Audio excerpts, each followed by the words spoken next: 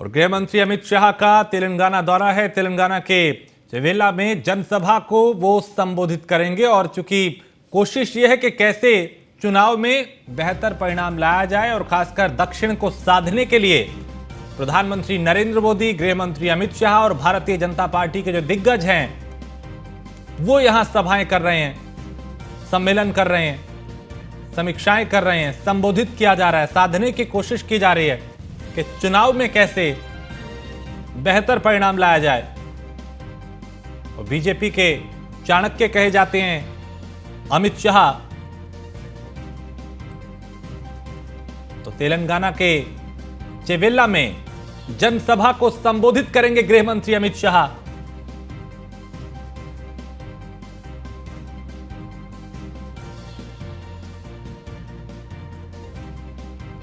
तो दक्षिण को साधने के लिए भारतीय जनता पार्टी के जो दिग्गज हैं वो लगातार वहां दौरे कर रहे हैं। कर्नाटक में भी चुनाव है, उसको लेकर सभाएं की जा रही हैं, सम्मेलन किए जा रहे हैं। और दक्षिण भारत में कैसे कमल खिलाया जाए, कैसे और मजबूत पार्टी को किया जाए, संगठन को किया जाए, इसको लेकर प्रधानमंत्री नरेंद्र मोदी भी वहां कई बार जा चुके हैं, सभाएं सम्मेलन कर चुके हैं। गृह मंत्री अमित शाह भी आज यहां पहुंच रहे हैं और यहां पे भी सभा को संबोधित करेंगे। जाहिर है उनके संबोधन में सरकार की उपलब्धियों का जिक्र होगा कि कैसे देश आगे बढ़ रहा है। आज दुनिया भारत को उम्मीदों की नजर से देख रही है। विपक्ष पे वार भी होगा, सरकार की उपलब्धियों का जिक्र होने की भी पूरी संभावना। गृह मंत्री अमित शाह का आज तेलंगाना दौरा है और तेलंगाना के चेवेला में वो जनसभा को संबोधित करेंगे। तो दक्षिण को साधने के लिए भारतीय जनता पार्टी पूरी तरह से एक्टिव है। आगे बढ़ते हैं, दिल्ली से खबर है जहां कांग्रेस नेता राहुल गांधी का कर्नाटक दौरा है और बागलकोट में बसपा जयंती कार्यक्रम में वो शामिल होंगे। तो राहुल गांधी का कर्नाटक दौरा है और यहां पे बागलकोट में बसपा जयंती कार्यक्रम में वो शामिल होंगे। पीयूष हमारे संवाददाता इस खबर पे ज्यादा जानकारी के साथ। पीयूष, राहुल गांधी कर्नाटक जा रहे हैं, आज क्या कुछ खास रहने वाला है? देखिए, अगर हम बात करें तो राहुल गांधी की तो एक हफ्ते में दूसरी बार कहीं ना कहीं राहुल गांधी कर्नाटक पहुंचे हुए हैं और बसपा जयंती कार्यक्रम में भी इस दौरान राहुल गांधी शामिल होंगे। सबसे बड़ी बात है कि विजयपुरा में इस दौरान राहुल गांधी करीब 1.5 घंटे का रोड शो करते हुए भी नजर आएंगे। खास बात है कि हुबली एयरपोर्ट पर अगर हम बात करें तो तमाम जो नेता हैं वो भी कहीं ना कहीं राहुल गांधी से मिलने हुए पहुंचे हुए थे। इसके साथ ही विजयपुरा में शाम 5 बजे से लेकर 6:30 बजे तक राहुल गांधी आज रोड शो करते हुए नजर आएंगे। इससे पहले अगर हम बात करें तो कर्नाटक विधानसभा चुनाव से पहले इस दौरे को काफी महत्वपूर्ण कहीं ना कहीं माना जा रहा है और ये भी माना जा रहा है कि इस दौरे को लिंगायत समुदाय को बढ़ावा देने के प्रयास के रूप में भी कहीं ना कहीं देखा जा रहा है। इससे पहले राहुल गांधी ने 16 अप्रैल को कहीं ना कहीं कोलार में जनसभा की थी और निश्चित रूप से कांग्रेस पार्टी हो या भारतीय जनता पार्टी हो, दोनों ही जो बड़ी पार्टियां हैं वो कहीं ना कहीं कर्नाटक में इस बार ज्यादा जो फोकस है कहीं ना कहीं कर रही है। और ये जो दौरा है राहुल गांधी का काफी महत्वपूर्ण माना जा रहा है क्योंकि कांग्रेस पार्टी भी चाहती है किसी भी तरीके से कांग्रेस पार्टी के वरिष्ठ नेता मानते रहे हैं कि दक्षिण भारत के कई राज्य कांग्रेस पार्टी का गढ़ है। ऐसे में कर्नाटक एक महत्वपूर्ण राज्य है। कांग्रेस पार्टी इस बात को बखूबी जानती है और कांग्रेस पार्टी इस बात जी बिल्कुल, और यही कोशिश होगी कि कैसे वहां पे बेहतर प्रदर्शन किया जाए। आप मेरे साथ बने रहिए पीयूष, कुछ और खबरों पे भी आपसे जानकारी लेंगे। फिलहाल शुक्रिया। और देश में बीते 24 घंटों की बात करें तो 12,000 से ज्यादा कोरोना के नए मामले आ चुके हैं और इसके साथ ही 42 लोगों की जान गई है। यह आंकड़ा बेहद चौंकाने वाला भी है और डराने वाला ही है। तो वहीं एक्सपर्ट का मानना है कि मई में कोरोना मामलों की संख्या तेजी से बढ़ सकती है और इसी के साथ रोजाना बढ़ते नए मामले जो हैं वो बेहद चिंताजनक हैं।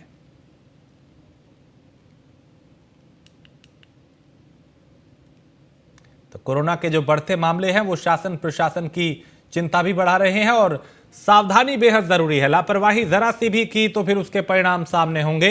पीयूष इस पे ज्यादा जानकारी देंगे। पीयूष, एक बार फिर कोरोना डराने लगा है, देश में मामले रोजाना बढ़ने लगे हैं।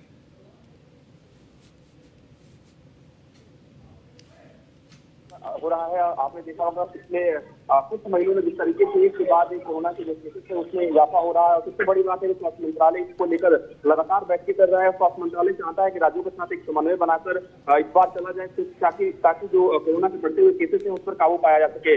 लगातार स्वास्थ्य मंत्रालय की ओर से जो केंद्रीय स्वास्थ्य सचिव है राजेश भूषण वो राज्यों के संपर्क में बने हुए हैं और राज्यों से लगातार कहा जा रहा है किसी भी तरीके से कोरोना के बढ़ते हुए केसेस को रोकना है और इसके साथ ही तैयारियां पूरी करनी है। खासतौर पर कोरोना वार्ड की अगर हम बात करें वहाँ पे अभी क्या कुछ व्यवस्थाएं हैं, खासतौर पर बेड्स की अगर हम बात करें, ऑक्सीजन की बात करें, या सबसे बड़ी बात है कि स्वास्थ्य कर्मियों की वहाँ पे कितनी तैनाती है। और पूरी तरीके से कहीं न कहीं जो जिला अस्पताल है, जो तहसील का अस्पताल है और जो शहरों में जो अस्पताल है, खासतौर पर जो सरकारी अस्पताल है उसकी तैयारी किस तरीके से इसको लेकर खासा स्वास्थ्य मंत्रालय इस पर ध्यान दे रहा है। तो निश्चित रूप से विशेषज्ञ भी यही कह रहे हैं कि अगर कोरोना के बढ़ते हुए केसेस पर काबू नहीं पाया गया तो इसी तरीके से जो पॉजिटिविटी रेट है कहीं न कहीं लगातार उसमें इजाफा होता रहेगा। आपने देखा होगा पिछले कुछ दिनों में 2-3% से ज्यादा तक पॉजिटिविटी रेट पहुंच चुकी थी। तो निश्चित रूप से बढ़ते हुए कोरोना केसेस को लेकर सरकार लगातार सतर्क है। इसको लेकर कहीं न कहीं कई राज्यों में गाइडलाइंस भी जारी की गई है। हालांकि स्वास्थ्य मंत्रालय की ओर से कोई गाइडलाइंस फिलहाल जारी नहीं की गई। यही कहा जा रहा है कि एहतियात बरतने की जरूरत है, डरने की जरूरत नहीं है, लेकिन जो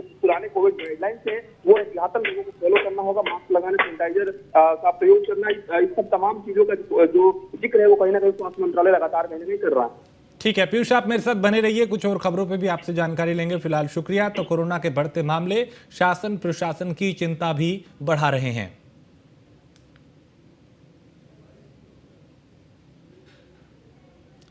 तो कोरोना से सावधानी बेहद जरूरी है, जो कि जरा सी लापरवाही मुश्किल में डाल सकती है।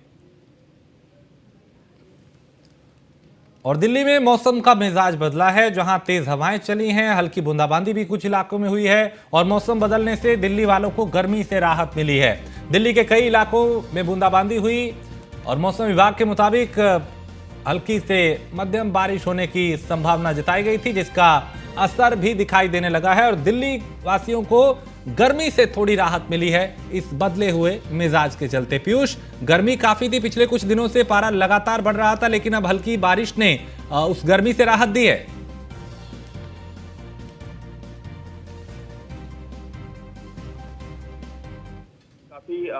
मुश्किलें खड़ी हो जाती है जब गर्मी बढ़ती है। तो निश्चित रूप से जो तपिश है उसको झेलना पड़ता है दिल्ली वासियों को। तो आज थोड़ी बहुत राहत जरूर मिली है, थोड़ी बहुत जो बूंदाबांदी है वो दिल्ली में जरूर आई है। और निश्चित रूप से जो मौसम विभाग है वो लगातार यही कह रहा है कि आने वाले दिनों में भी कहीं ना कहीं जो तेज हवाएं हैं वो चल सकती हैं, चूंकि कई जगहों पे पहाड़ी राज्यों की अगर हम बात करें, बर्फबारी की बात करें, तो उसको देखते हुए भी कहीं ना कहीं यहाँ पे जो तेज हवाएं हैं वो चल सकती हैं। तो निश्चित रूप से मौसम विभाग लगातार इस पर नजर बनाया हुआ है। लेकिन एक बात स्पष्ट है कि जिस तरीके से थोड़ी बहुत बूंदाबांदी हुई है, हल्की से मध्यम जो बारिश कहीं ना कहीं हुई है, आगे भी 2-4 दिनों तक इसी तरीके की जो बूंदाबांदी है वो दिल्ली में देखने को मिल सकती है। मौसम विभाग संभवतः कोई अलर्ट भी जारी कर सकता है अगर ज्यादा बारिश होने की संभावना होगी तो। शुक्रिया पीयूष इस तमाम जानकारी के लिए। तो बदले मौसम के मिजाज ने दिल्ली वासियों को गर्मी से थोड़ी राहत दी है। खबर पंजाब से है, जहां खालिस्तानी समर्थक अमृतपाल सिंह को गिरफ्तार किया गया है। मोगा से पुलिस ने इसे गिरफ्तार किया है और पुलिस अमृतपाल को डिब्रूगढ़ जेल ले जा रही है। अमृतपाल के खिलाफ भी एनएसए लगाया गया है।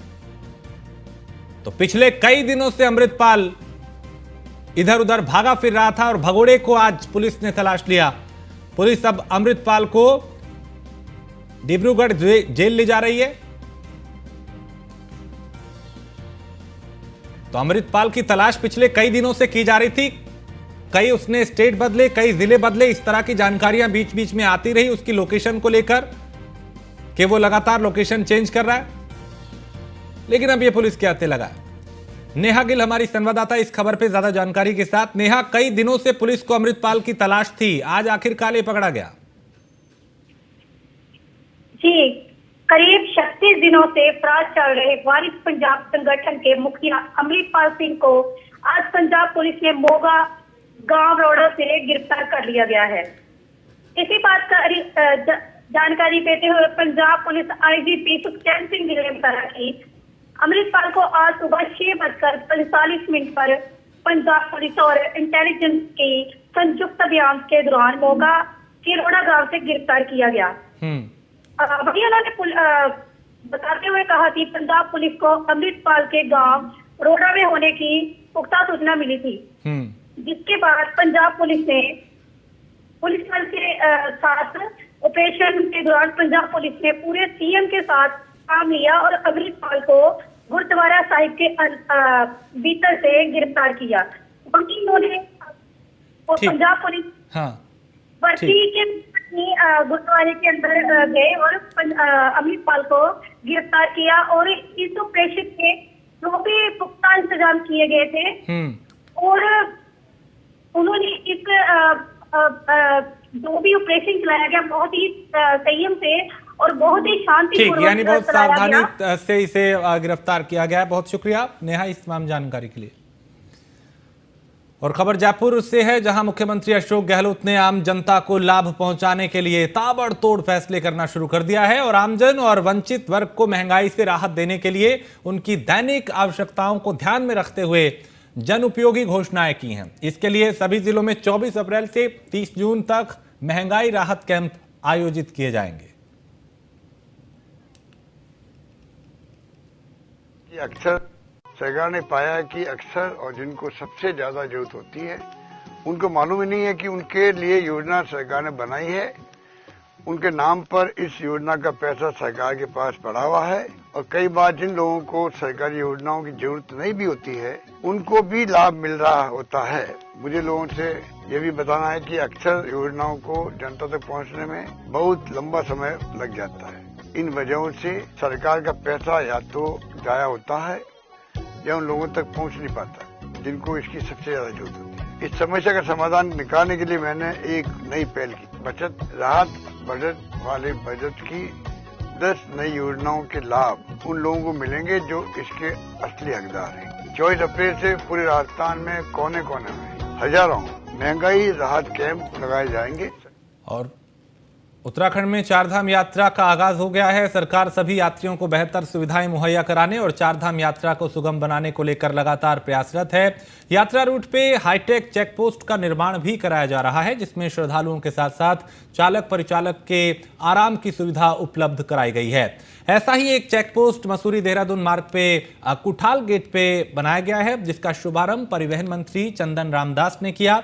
परिवहन मंत्री ने बताया कि चारधाम यात्रा पे आने वाले श्रद्धालुओं के लिए विशेष प्रबंध किए गए हैं ताकि उन्हें किसी भी तरह की कोई भी दिक्कत ना हो। चेक पोस्ट टीम में हुआ करती थी, अभी माननीय मंत्री जी द्वारा और हमारे ट्रांसपोर्ट कमिश्नर एंड सेक्रेटरी द्वारा ये कहा गया कि आप लोग अच्छी चेक पोस्टें बनाएं, तो उसी के क्रम में उनके आदेश के अनुपालन में हमने हाईटेक चेक पोस्ट बनाई है, जिसमें ना सिर्फ सारा काम अब ऑनलाइन कंप्यूटर के माध्यम से किया जाएगा, साथ में इस चेक पोस्ट के अंदर ऐसी व्यवस्था करी गई है कि कोई यात्री थोड़ी देर बैठकर आराम करना चाहे या कोई बुजुर्ग व्यक्ति है वो बैठना चाहे या उनको कोई प्रसाधन का उपयोग करना चाहे, वो सारे हमारे चेक पोस्ट पर उपलब्ध है। मुझे लगता है कि इस बार की परिवहन विभाग की जो तैयारियां हैं उसी के निमित्त यह हाईटेक चौकी का आज कुठाल गेट पर विधिवत लोकार्पण किया है। मैं अपने विभाग के अधिकारियों को और यात्रियों को इस शुभ अवसर पर बहुत बहुत बधाई देता हूँ, बहुत बहुत शुभकामनाएं देता हूँ। इस बार हमारा मानना है कि हम कम से कम यमुनोत्री गंगोत्री और केंद्रीय गृह राज्य मंत्री नित्यानंद राय और औरंगाबाद वो पहुंचे और जहां उन्होंने आरजेडी पार्टी के गढ़ माने जाने वाली पारुड़ केशव बाबू के धरती पर बीजेपी पार्टी का भगवा लहराया। दरअसल नित्यानंद नबीनगर विधानसभा के आरजेडी विधायक भीम सिंह के पिता पूर्व विधायक स्वर्गीय नारायण सिंह के 7वें पुण्यतिथि के मौके पे औरंगाबाद के बारुण पहुंचे थे। वहीं हजारों की संख्या में मौजूद लोगों ने उनका जोरदार स्वागत किया। सभा के संबोधित करते हुए उन्होंने कई बातों का जिक्र भी किया और कई बिंदुओं पर चर्चा भी की।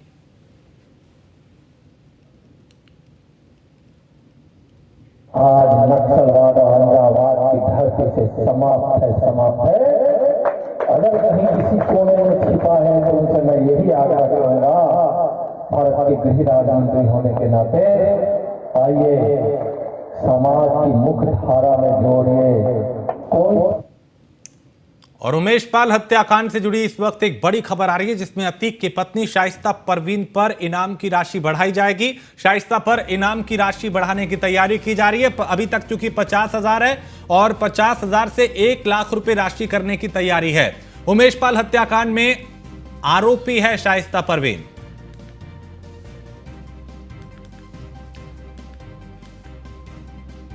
तो 50,000 से 1 लाख रुपए राशि करने की तैयारी, यानी इनाम की राशि बढ़ाने की तैयारी है। पिछले कई दिनों से शाइस्ता परवीन फरार है, तलाश की जा रही है, लेकिन 50,000 का इनाम भी घोषित है। बावजूद इसके अब तक शाइस्ता का कोई सुराग पुलिस नहीं निकाल पाई, नहीं लगा पाई।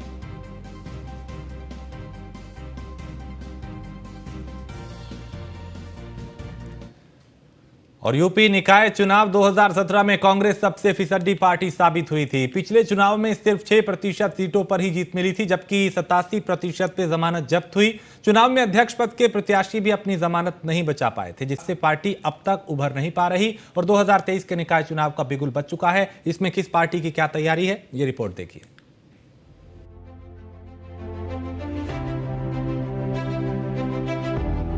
पिछले नगरीय निकाय चुनाव में कांग्रेस का प्रदर्शन सबसे खराब था। हारने में अव्वल रहने वाली कांग्रेस के सबसे बड़ी संख्या में प्रत्याशी अपनी जमानत राशि भी नहीं बचा सके थे। मेयर और अध्यक्ष पद पर कांग्रेस के सिर्फ 6 प्रत्याशी जीते थे, जबकि 87% की जमानत भी नहीं बची थी। बसपा की स्थिति भी कांग्रेस से ज्यादा जुदा नहीं थी। उसके 73% प्रत्याशियों के अलावा सपा के 51% मेयर और अध्यक्ष पद के उम्मीदवारों को जमानत राशि से हाथ धोना पड़ा था। सबसे अच्छा प्रदर्शन करने वाली भाजपा के 39% प्रत्याशियों की ही जमानत राशि जब्त हुई थी। पिछले नगरीय निकाय चुनाव में कांग्रेस का प्रदर्शन सबसे खराब रहा है, यानी कि अगर बात करें तो नीचे से फिसड्डी नजर आई है। ऐसे में कांग्रेस को मात्र 6% ही वोट मिल पाए थे। ऐसे में बहुत से ऐसे उनके उम्मीदवार थे जिनकी जमानत भी रद्द हो गई थी, यानी कि उनका जमानत का पैसा भी बेकार हो गया था। ऐसे में कांग्रेस की तरफ से किए गए बड़े बड़े वादों पर पानी फिरता नजर आया था। 2017 में नगर निगम के चुनाव में फेल होती कांग्रेस क्या 2023 में फिर से उभर पाएगी? साल 2017 में 652 नगरीय निकायों के चुनाव में मेयर के 16 पदों पर सभी प्रमुख पार्टियों ने उम्मीदवार उतारे थे। बीजेपी ने 14 जबकि बसपा ने 2 पर जीत हासिल की थी। बसपा के 11, सपा और कांग्रेस के 10 मेयर प्रत्याशी की जमानत जब्त हुई थी। 194 नगर पालिका अध्यक्ष के पद पर चुनाव लड़ने वाली बीजेपी को 70 सीटों पर सफलता मिली थी, जबकि 44 प्रत्याशी जमानत नहीं बचा पाए थे। बसपा चुनाव तो 186 सीटों पर लड़ी, लेकिन उसे सफलता सिर्फ 29 सीटों पर मिली। 2017 में बसपा ने भी 357 उम्मीदवारों को मैदान में उतारा था, यानी कि 286 ही कुछ जीत पाए थे, यानी कि 45% उनको जीत मिली थी। यानी 45 उम्मीदवार उनके जीत के आए थे और 287 के आसपास उनको हार का सामना करना पड़ा था। ऐसे में जिस तरीके से 2017 में हुए निकाय चुनाव पर लगातार पार्टियों ने बड़े बड़े दमखम के साथ में उतरी थी, लेकिन कहीं ना कहीं उन्हें नाकामी हासिल हुई थी। यानी सबसे ज्यादा की बात की जाए तो कांग्रेस की सबसे कम सीटें नजर आई थी। ऐसे में बसपा की 45 में जीत मिली थी। अब देखना ये होगा कि 2023 में क्या कुछ निकल के आता है। पार्टी के 131 प्रत्याशी जमानत नहीं बचा सके थे। नगर पालिका अध्यक्ष की 190 सीटों पर चुनाव लड़ने वाली सपा को 45 सीटों पर सफलता मिली। 83 प्रत्याशियों की जमानत जब्त हो गई थी। कांग्रेस 163 सीटों पर चुनाव लड़ी, जिसमें मात्र 9 सीटों पर ही उसे सफलता मिली। उसके 147 प्रत्याशियों की जमानत जब्त हुई। नगर पंचायत चुनाव की 414 सीटों पर चुनाव लड़ने वाली बीजेपी को 100 सीटों पर सफलता मिली, जबकि 199 प्रत्याशी जमानत नहीं बचा सके। वहीं बीजेपी के प्रवक्ता हीरो वाजपेयी का कहना है कि पार्टी दमखम के साथ अगर चुनाव लड़ती है तो चुनाव जरूर जीती है। वैसे 2017 के चुनाव की बात करते हैं, तब भी भारतीय जनता पार्टी को बढ़त मिली थी और 2023 में भी भारतीय जनता पार्टी को जीत हासिल होगी।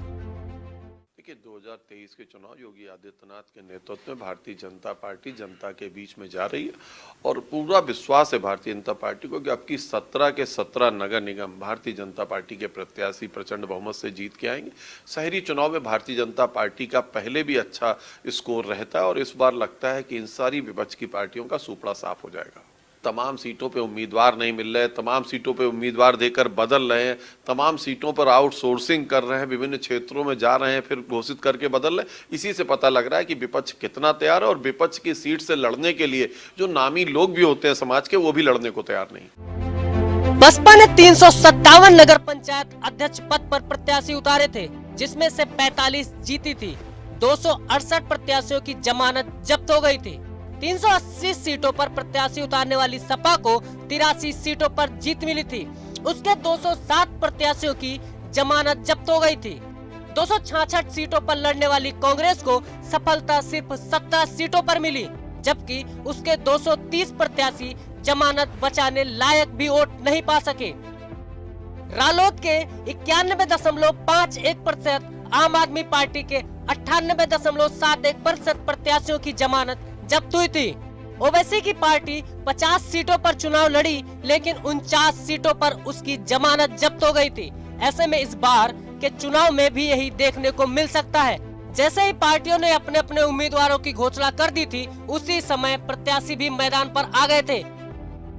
ऐसे में देखना होगा कि इस बार प्रत्याशी क्या कुछ नया कर पाते हैं। ऐसे में समाजवादी पार्टी के प्रवक्ता मनोज यादव का कहना है कि निकाय चुनाव हमेशा सत्ताधार पार्टी का ही रहा है। ऐसे में बीजेपी की हमेशा से बढ़त रही है। वहीं समाजवादी पार्टी हमेशा दमखम के साथ चुनाव लड़ती है और हमने 2017 में मेयर पद नहीं जीता, लेकिन अच्छा काम किया था। साथ ही उन्होंने ये भी कहा कि 2023 में हम बेहतर प्रदर्शन करेंगे। नगर निगमों में बीजेपी का होल्ड हमेशा से रहा है, कई दशकों से रहा है। अगर वो विपक्ष में थी या उसके 52-55 विधायक जब थे, जब सांसद भी उसके 10-12 हुआ करते थे, तब भी उसका होल्ड था। कई सारे महानगरों में उसके महापौर हमेशा से जीतते आए हैं। तो आज अगर बीजेपी का महानगरों में अधिपत्य है, तो नगर पालिका और नगर पंचायत में समाजवादी पार्टी का होल्ड कई दशकों से लगातार चलता आ रहा है। कभी हम कहीं संख्याओं में बढ़ जाते हैं और कभी हम नंबर 2 की पोजीशन में हो जाते हैं। ये बात कहना बिल्कुल अलग है और गलत। मैं इसको कहूँगा कि समाजवादी पार्टी फिसड्डी नहीं रही है। समाजवादी पार्टी ने मौजूदा डबल इंजन की सरकार से लड़ाई लड़ी है और उस लड़ाई को अंतिम मुकाम तक पहुंचाने का पूरा प्रयत्न किया है, सरकार से सवाल पूछा है।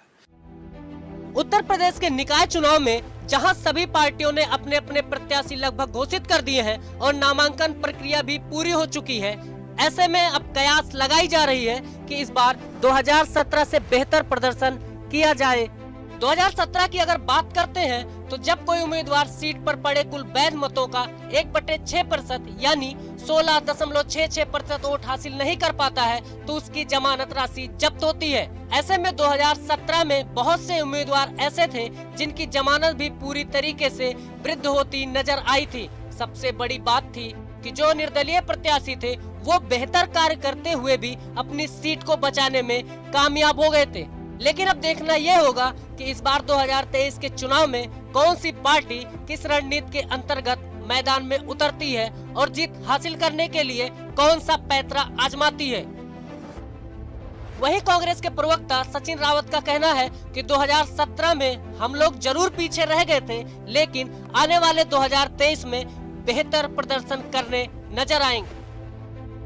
साथ ही उन्होंने ये भी कहा कि जो हमारा प्रत्याशी है वो पहले से ही बहुत एक्टिव है और लगातार जनता के बीच मेहनत कर रहा है।